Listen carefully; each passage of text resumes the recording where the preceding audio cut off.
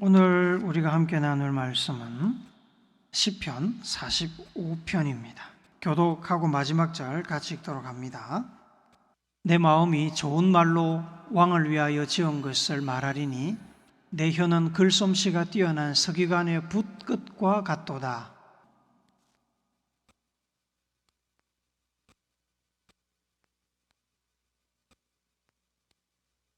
용사여, 칼을 허리에 차고 왕의 영화와 위엄을 입으소서.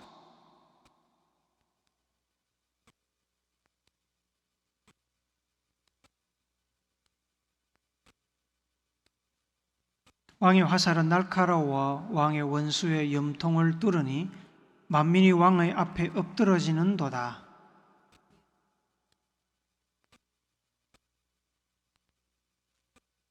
왕은 정의를 사랑하고 악을 미워하시니 그러므로 하나님 곧 왕의 하나님이 즐거움의 기름을 왕에게 부어 왕의 동료보다 뛰어나게 하셨나이다.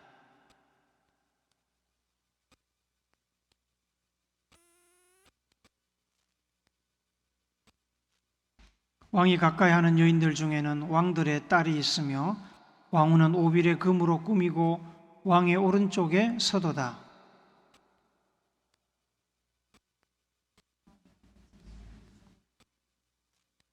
그리하면 왕이 내 아름다움을 사모하실지라. 그는 내 주인이시니 너는 그를 경배할지어다.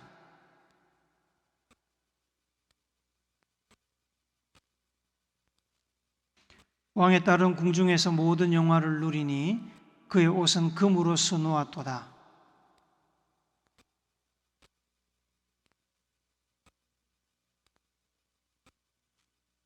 그들은 기쁨과 즐거움으로 인도함을 받고 왕궁에 들어가리로다.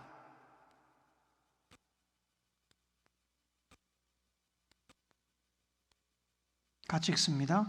내가 왕의 이름을 만세에 기억하게 하리니 그러므로 만민이 왕을 영원히 찬송하리로다. 아멘.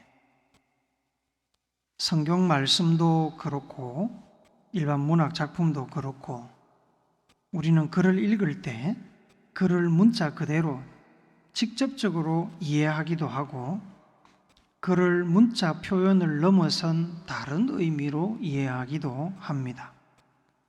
글을 문자의 표현을 넘어선 다른 의미로 이해하는 것이 읽는 사람의 영역이라면 일부러 다른 의미를 전달하고자 특별한 표현을 쓰는 것은 작가의 영역입니다. 작가의 의도가 글 속에 잘 녹아들고 그것을 독자가 작가의 의도대로 잘 읽고 이해할 때 작가와 독자는 글을 통해 온전히 하나가 됩니다. 이렇게 글을 직접적인 표현 이상의 의미를 가지도록 의도적으로 표현하는 것을 비유법이라고 부릅니다. 비유, 알레고리. 학교 다닐 때 다들 배우셨겠지만 이 비유법에는 여러 가지 있습니다. 의인법, 풍류법, 무슨 법 많이 있는데 그중에 우리가 제일 잘 알고 있는 것이 직유와 은유라고 생각이 됩니다. 직유는 당신은 다람쥐같이 민첩하다 이렇게 표현할 때 뭐뭐와 같은, 뭐뭐처럼, 뭐뭐하는 듯 등을 사용하여 작가의 의도를 전달하고 독자의 이해를 돕습니다. 반면에 은유는 직유보다 한 단계 발전된 비유법으로서 당신은 다람쥐다 라고 표현하고 민첩성은 드러내지 않습니다. 비유만 나타내어서 독자로 하여금 직관적으로 이해하게 만듭니다. 직유는 작가의 의도가 분명히 드러나서 독자가 잘못 이해할 가능성이 낮지만 은유는 작가의 의도가 분명히 드러나지 않기 때문에 독자가 잘못 이해하거나 아예 이해를 하지 못할 수도 있습니다. 예를 들면 지금 당신은 다람쥐다 그러면 앞뒤 문맥을 자세히 읽지 않으면 당신은 다람쥐다는 이 표현이 뭘 의미하는지 독자는 이해할 수 없고 자의적으로 해석을 하게 됩니다. 그러나 만약에 앞에 민첩함에 관한 이야기, 얼마나 빠른가에 관한 이야기, 그런 이야기가 있다면 다람쥐다라는 그 표현을 좀 더 이해하기가 쉽겠지요. 이솝 우화나 아이들의 동화 같은 작품들은 이야기 전체가 다양한 비유법을 활용한 비유적인 표현들을 사용합니다. 작가는 동물이나 사물 이야기를 하고 있지만 작가가 의도하는 것은 동물이나 사물 이야기가 아니라 그 동물이나 사물을 통해서 사람 이야기, 사람에게 교훈을 주는 이야기를 하려는 것입니다. C.S. 루이스의 나니아 연대기는 아주 재미있는 판타지 소설을 통해서 기독교적인 세계관을 드러내고 있는 작품입니다. 나니아 연대기에 나오는 사자는 예수 그리스도를 상징합니다. 주인공들이 들어간 그 신비의 세계는 영적인 전쟁이 너무너무 치열한 신앙적 세계관으로 이해할 수 있습니다. 성경에는 비유적인 표현으로 쓰인 글들이 많이 있습니다. 예를 들어 아가서는 솔로몬 왕과 술람미 여인 간의 사랑 이야기를 기록한 책입니다. 이 책을 단지 문자적으로만 읽고 표면적으로 이해를 하려고 하면 이 책은 도저히 왜 성경에 포함되었는지를 알 수가 없습니다. 특별한 것이 없고 오히려 선정적이기까지 해서 이게 왜 하나님의 말씀인지, 이 말씀이 왜 하나님의 성경에 들어가 있는지 이해하기가 어렵습니다. 하지만 유대 선생들이나 기독교 지도자들은 오랜 전부터 이 아가서를 왕 되신 하나님과 자기 백성 간의 사랑의 이야기로 이해해 왔습니다. 하나님과 백성 간의 뜨거운 사랑을 남녀 간의 사랑의 이야기로 표현한 것입니다. 그렇게 읽을 때 이 아가서는 말씀으로서의 가치가 명확해집니다. 그렇지 않고 단지 문자적으로만 읽었던 많은 사람들이 아가서를 성경에서 빼자고 오랫동안 주장해 왔습니다. 이 논란은 역사적으로 아주 오래된 것이지만 주류의 유대 선생들과 기독교 학자들이 이 아가서를 비유적으로 이해하여 하나님의 뜨거운 사랑을 표현하는 말씀으로 받아들였고 지금도 그렇게 받아들이고 있습니다. 호세아서는 약간 성격을 달리합니다. 호세아서는 호세아라는 선지자의 그 사실적인 이야기를 기록하고 있습니다.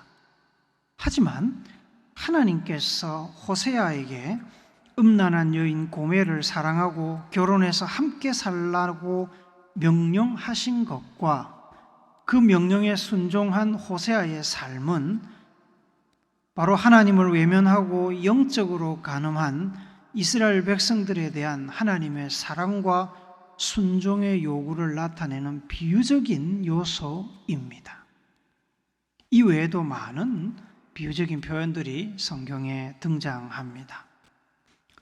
주의할 것이 하나 있는데 성경을 읽을 때 조금 전에 아가서의 말씀을 이야기를 했습니다만 비유적으로 해석해야 하나님의 뜻을 제대로 이해할 수 있는 글도 있고 어떤 글은 비유가 아닌 사실적이고 직접적인 표현으로 읽고 이해를 해야 하나님의 뜻을 제대로 이해할 수 있는 것도 있습니다.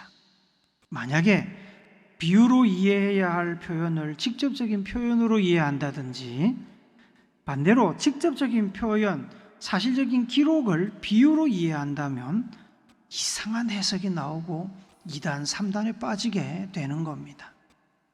재미있는 예가 하나 있습니다. 세례 요한이 요단강에서 세례를 주고 있었는데 예수님께서 세례를 받으러 오셨습니다. 다가오시는 예수님을 보면서 세례 요한이 뭐라고 그러냐면 보라, 세상 죄를 지고 가는 하나님의 어린 양이다 라고 표현을 합니다. 여기서 예수님께서 요단강에서 세례를 베푸는 세례 요한에게 오시는 것은 역사적인 사실을 기록한 직접적인 사실적인 표현입니다만 예수님을 어린 양이라고 표현한 것은 비유입니다. 예수님은 온전한 사람이지 양이 아닙니다.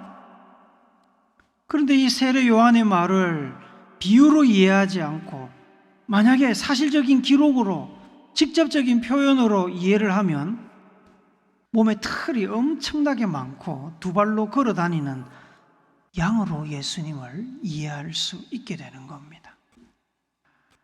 그래서 성도들도 글을 읽을 때는 어려움을 겪습니다.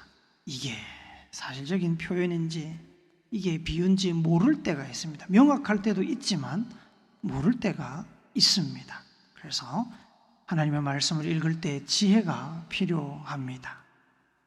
오늘 이렇게 비유적인 표현에 대해서 길게 이야기한 것은 시편 45편을 이해하는 데 도움을 얻기 위해서입니다. 시편 45편은 제가 가지고 있는 성경에는 타이틀이 뭐라고 되어 있냐면 왕의 결혼식 노래라고 부제가 달려 있습니다. 여러분 성경에는 없을 수 있습니다. 이 왕의 결혼식 노래라는 부제는 성경책 출판사 편집자가 독자들의 이해를 돕기 위해서 붙인 것입니다. 공식적인 표제는 그 밑에 꺽쇠 안에 나오지요. 고라 자손의 마스길, 사랑의 노래, 인도자를 따라 소산님에 맞춘 것. 길지요? 여기에는 이 시에 관한 여러 가지 정보가 들어 있습니다. 고라 자손은 고라 자손 중에 한 사람이 이 글의 작가라는 말입니다. 마스길은 교훈이라는 뜻입니다. 고라 자손이 주는 교훈에 해당되는 글, 교훈적인 글 이런 뜻입니다. 인도자를 따라 소산님에 맞춘 것이라는 표현이 나오는데 이 소산님은 백합화라는 뜻입니다. 백합화. 본래 소산님은 백합화라는 뜻인데 여기서는 소산님이라고 불리는 특정한 곡조를 이야기합니다. 곡조. 어떤 곡조인지는 우리가 알 수는 없지만 소산님에 맞추었다는 것은 어떤 특정한 곡조에 맞추어서 노래를 불렀다는 것이지 백합화에 맞추어서 불렀다는 얘기는 아닙니다.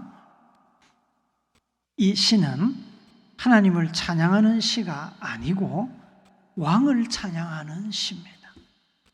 그래서 이 시를 연구한 대부분의 사람들은 내용을 이렇게 참조해 보니까 이 시가 아마도 왕의 결혼식에서 왕을 찬양하는 노래의 가사로 사용되었을 것이고 그것이 훗날에 왕과 같은 고위급 인물들이나 그 밖에 개인의 결혼식에서 신랑을 위해서 사용되었을 것이라고 보고 있습니다. 결혼식의 주인공인 신부와 함께 신랑은 그날의 주인공이지요. 다른 날, 다른 순간은 몰라도 그 결혼식 순간만큼은 세상에서 가장 존귀한 사람으로 대우받기를 원하고 또 그렇게 대우를 해주는 것이 동서고금을 막론하고 보편적인 문화입니다.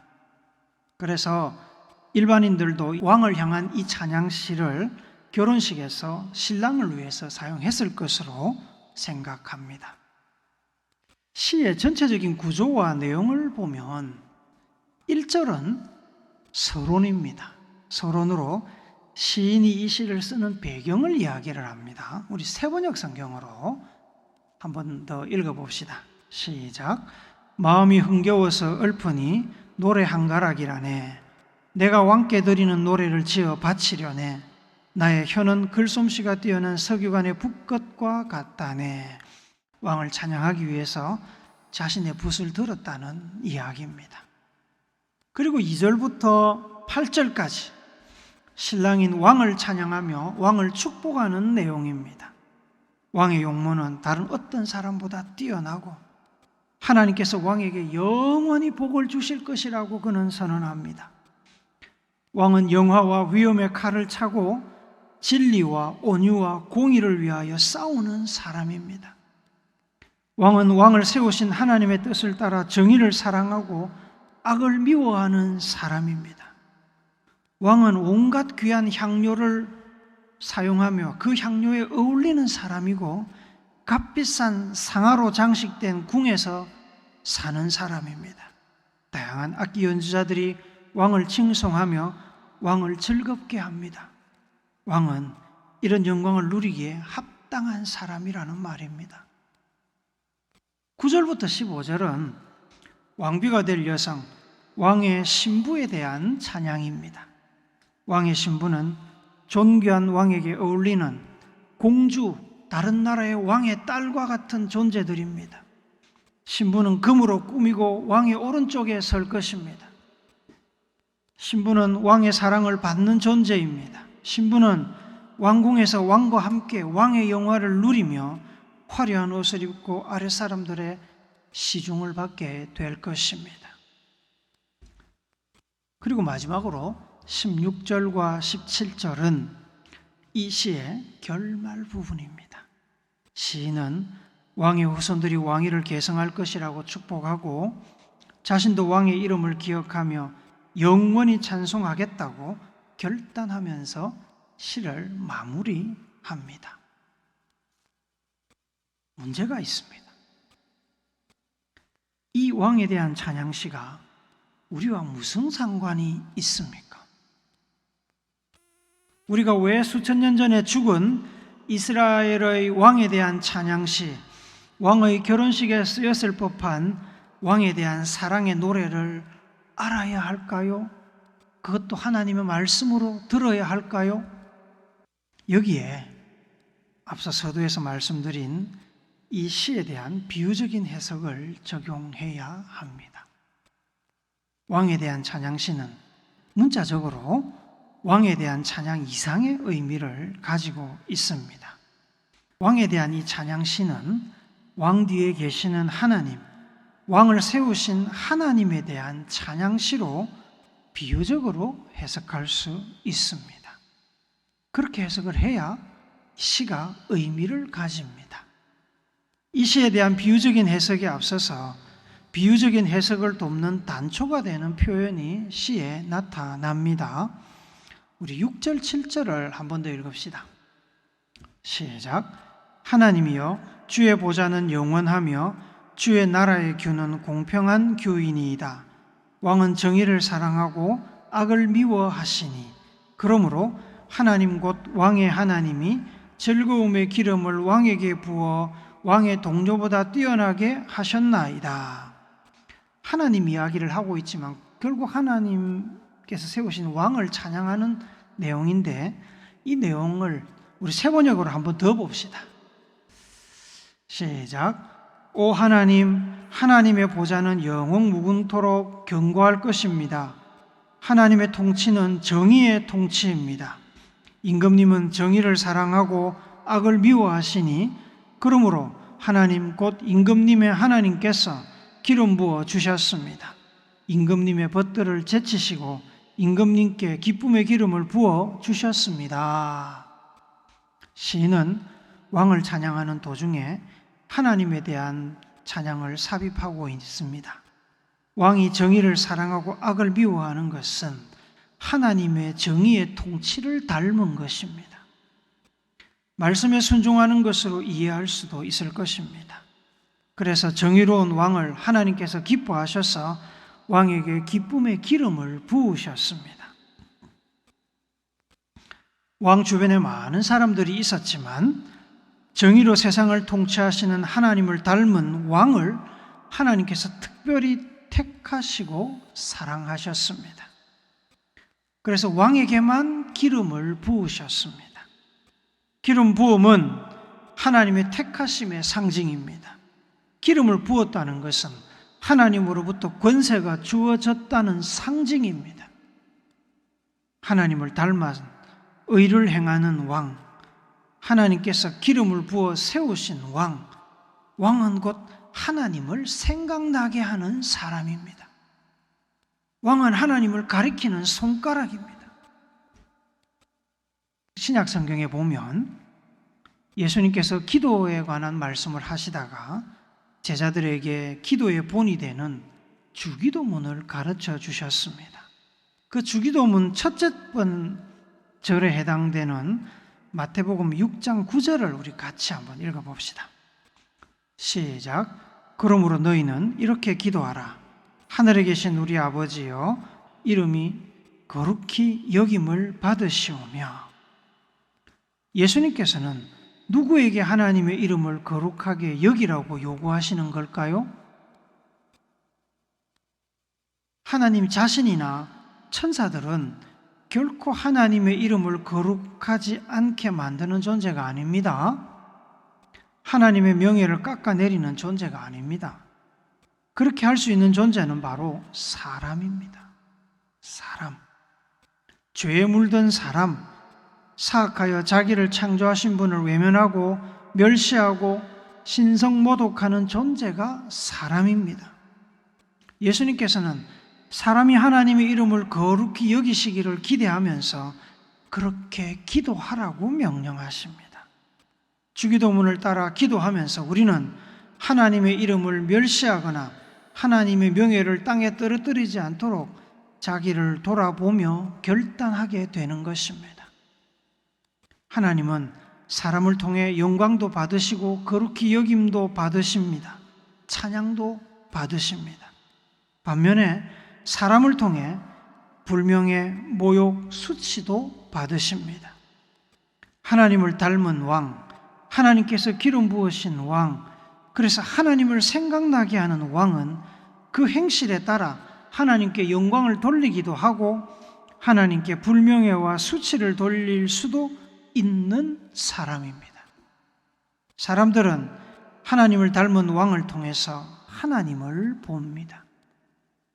그러므로 하나님을 닮고 하나님께서 세우신 왕을 찬양하는 것은 곧 왕 뒤에 계신 왕이라는 이정표, 왕이라는 손가락이 가리키는 하나님을 찬양하는 것으로 비유적으로 해석할 수 있습니다. 이렇게 해석할 때 이 시는 우리에게 신앙적으로 의미가 있습니다. 그렇지 않으면 이 시는 성경 안에 들어있어서도 안 되고 신앙적인 의미도 없는 그저 한낱 오래된 문학 작품에 불과하게 됩니다. 아가서가 그런 것처럼 이 시를 단순히 왕에 대한 찬양시를 넘어 왕 뒤에 계신 하나님을 향한 찬양시로 이해할 때 시인의 입에서 흘러나오는 왕의 위엄과 영화에 대한 찬양은 하나님의 위엄과 영화에 대한 찬양이 됩니다. 왕의 진리와 온유와 공의는 하나님의 진리와 온유와 공의가 되는 것입니다. 원수들의 염통을 뚫는 날카로운 화살은 왕의 화살이 아니라 하나님의 화살이 되고 만민이 그 앞에서 엎드려 고개를 숙이는 대상은 이스라엘의 왕이 아니라 천지의 주제시고 만왕의 왕이신 우리 하나님이 되는 것입니다. 또 왕의 신분은 하나님을 사랑하는 하나님의 백성들로 이해할 수 있습니다. 성경은 믿음의 백성들이 심판주로 다시 오실 예수님을 신랑으로 맞이하는 신부라고 이야기합니다. 마태복음 9장 15절 같이 읽어봅시다. 마태복음 9장 15절 같이 읽습니다. 시작. 예수께서 그들에게 이르시되 혼인집 손님들이 신랑과 함께 있을 동안에 슬퍼할 수 있느냐? 그러나 신랑을 빼앗길 날이 이르리니 그때에는 금식할 것이니라. 요한계시록에서는 믿음의 백성들을 신부로 언급합니다. 계시록 21장 9절 말씀도 같이 봅시다. 시작. 7 대접을 가지고 마지막 7 재앙을 담은 7 천사 중 하나가 나와서 내게 말하여 이르되 이리 오라, 내가 신부 곧 어린 양의 아내를 내게 보이리라 하고, 이렇게 말하고 천사가 이 요한계시록에 등장하는 이 요한에게 보여준 것은 새 예루살렘입니다. 새 예루살렘. 그 새 예루살렘에 거주하는 사람들은 누구냐? 어린 양의 생명책에 그 이름이 기록된 믿음의 백성들입니다. 왕의 신부는 하나님의 백성들을 상징하는 표현으로 이해할 수 있습니다. 그리고 이 시에서 왕의 신부가 누리는 모든 것들은 누구 때문에 누리는 겁니까? 왕의 신부가 왕 때문에 그 영광을 다 누리듯이 하나님의 영광, 하나님의 권세를 하나님의 백성들이 누리게 됩니다. 왕이 없으면 왕의 신부가 누릴 수 있는 것은 아무것도 없습니다.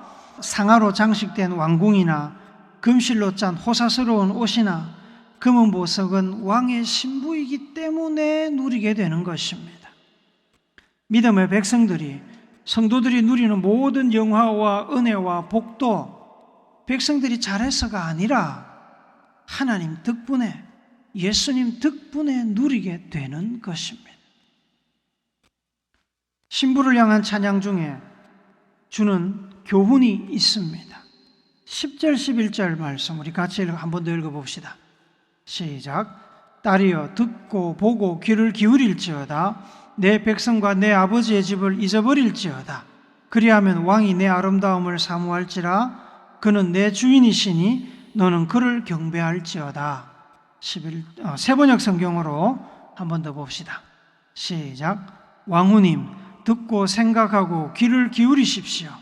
왕후님의 교례와 아버지의 집을 잊으십시오. 그리하면 임금님께서 그대의 아름다움에 사로잡힐 것입니다. 임금님이 그대의 주인이시니 그대는 임금님을 높이십시오. 신부에게 과거를 잊어버리라고 말합니다. 오직 왕을 주인으로 모시고 왕을 경배하라고 권합니다. 그렇게 왕만 바라보면 왕도 신부를 사모할 정도로 사랑할 것이라고 말씀합니다. 하나님의 백성들은 하나님을 만나기 전에 알고 있던 것들, 하나님을 만나기 전에 알고 있던 기억들, 미련들 버려야 됩니다. 하나님보다 더 귀하게 여기는 것, 하나님보다 더 깊숙이 놓고 있는 것들, 하나님보다 더 사랑하는 것들을 버려야 됩니다. 오직 하나님만 사랑하고 하나님만을 인생의 유일한 주인으로 섬겨야 합니다. 하나님과 과거, 하나님과 세상을 동시에 사랑하며 섬길 수 없습니다. 양다리를 용납하지 않으십니다. 지나간 과거를 잊어버리고 온전히 하나님만을 의지하며 사랑할 때 하나님께서도 자기 백성들을 사모할 정도로 사랑하시고 복을 주시는 겁니다. 하나님의 백성, 하나님의 자녀된 복을 누리게 하십니다. 사랑하는 우물교회 성도 여러분, 하나님께서는 사람을 통해 거룩히 여김을 받으시고 영광과 찬송을 받으시는 것을 기뻐하십니다. 신랑이 신부의 사랑을 기대하듯이 하나님께서는 자기 형상대로 창조하신 백성들의 영광과 찬양과 경배와 사랑과 존경을 기대하시며 기다리십니다. 우리는 당연히 하나님께 모든 영광과 찬양과 경배와 사랑과 존경을 드려야 됩니다. 순종하며 권세 있는 왕을 통해 하나님께서 사람들로부터 영광을 받으시는 것처럼 우리의 삶을 통해 다른 사람들, 세상이 하나님께 영광을 돌리도록 우리의 행실, 우리의 삶을 더욱 조심하며 말씀에 순종해야 합니다. 행여나 우리의 불의하고 정의롭지 못한 행실로 인해 우리 뒤에 서 계시는 하나님께서 욕을 듣거나 평가절하되는 것은 우리가 인생 중에 경험할 수 있는 가장 큰 불행이고 슬픈 일입니다. 과거이나 지금이나 앞으로도 변함없이 우리를 사랑하시는 하나님의 사랑과 은혜를 기억하고 하나님의 이름을 높이 찬양하며 하나님께 온전히 영광과 경배와 사랑과 존경을 올려드리는 여러분과 제가 되기를 예수님의 거룩하신 이름으로 축복합니다. 아멘.